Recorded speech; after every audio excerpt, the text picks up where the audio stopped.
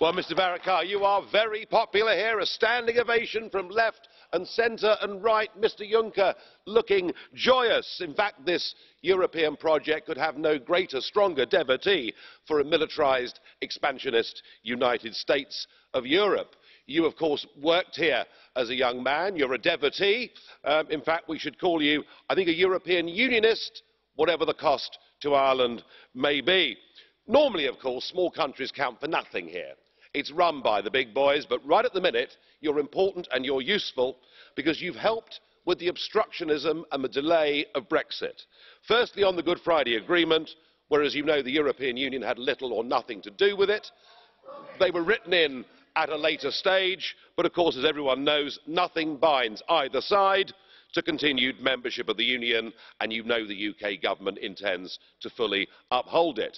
The border issue has been put up as a problem, but I think your predecessor, Bertie Ahern, has said, look, in practical terms, we don't face a problem. There's been a common travel area between us, of course, for decades. But it is on trade where that border could, in some ways, be challenged. And of course, when you think that nearly 50% of exports from Irish-owned companies go to the United Kingdom, and agriculture, in some sectors, it's as high as 90%, you potentially have quite a lot to lose.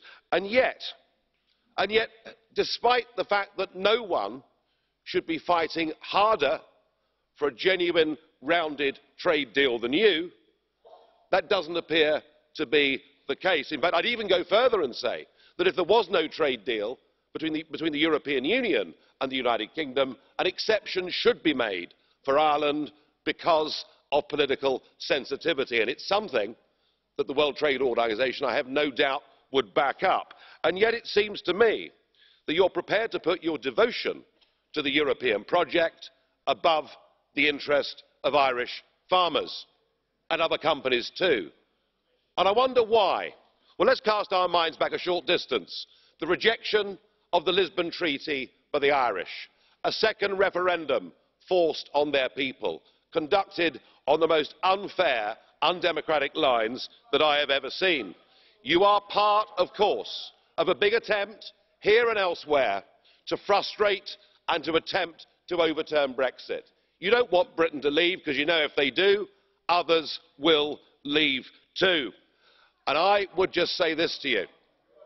I don't want a second referendum on Brexit, absolutely not.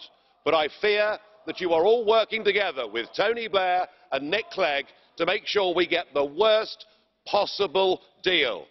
I say that because I've seen it all before. The difference is, if you force the Brits to do it again, there'll be a different outcome. Yeah.